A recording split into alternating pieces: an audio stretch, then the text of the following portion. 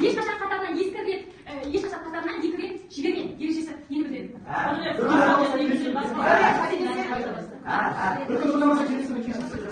Bir gün orundalmasa келесі күні міндетті түрде басқа. Жарайды бүгін істеп қойдым. Сосын сый салам деп. Онdan gelmeyeceğim olmaydı. Қалап келесі бізде қоршаған ортаны жобалау дегенсіне. Жақсы әдеттерге көзге көрінетінді ету. Қоршаған ортаны жобалау. Жақсы әдеттерге Қоршаған ортаны жобалау. жақсы әдет всегда көзге көрініп тұру керек. Себебі жақсы әдет көзге көрініп тұрса, оны автоматтандыру өте оңай болып келеді. Біз нәтижеге сосын тез жетеміз. Келесі бізде әдеттің соңында не болу керек? Марапат. Біз өзімізді даже хвалить всегда. Мысалға қуанып кетеміз әрбір жұмыстан істеп жатқан кезімізде одан наслаждение алып кетеміз. Негізі жалпы бұл әдеттерді қалыптастыру үшін адамда бірінші болып оған деген жақсы сезімдер қалыптастыру керек әдеттерді. Егер жақсы біз қуанышпен көңіл күймен жақсы орындап жатсақ, бұл әдеттердің бізге бойымызға сіңуі өте оңай болып келеді. Ал енді сіздерге қазір бір сұрақтан беремін. Жақсы әдетті сұрақ емес, тапсырма. Жақсы әдетті оңайлап, жаман әдетті қиындап. Әрбіріміз білеміз, өзіміздің бір әдетіміз бар. Иә, тұтынуымыз келетін. Бір әдет бізге ұнамайды. Дәл сол әдетті сіздер қалай қиындатушы едіңіздер, соны жазасыздар. Сосын қай әдетті бойыңызда қалыптастырғыңыз келеді, сол әдетті оңай жолмен жазып келіңіздер.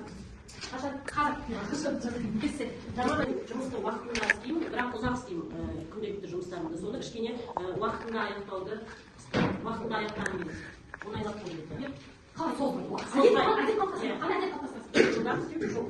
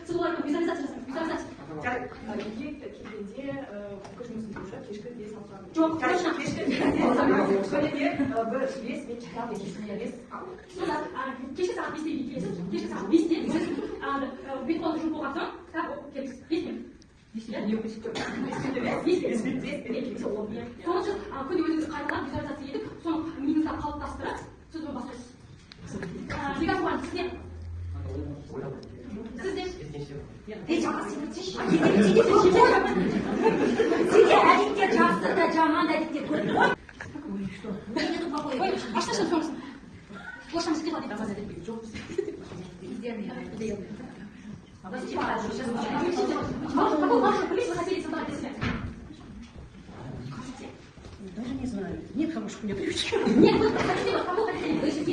Я, чтобы это самое... Если так, с моральной точки зрения, да, с точки зрения веры, я бы не хотела осуждать людей. Потому что я еще осуждаю. Я осуждаю, да? Но я бы не хотела вообще осуждать людей.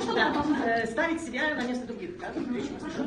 Да, такую привычку. Какой у вас плохой привычка?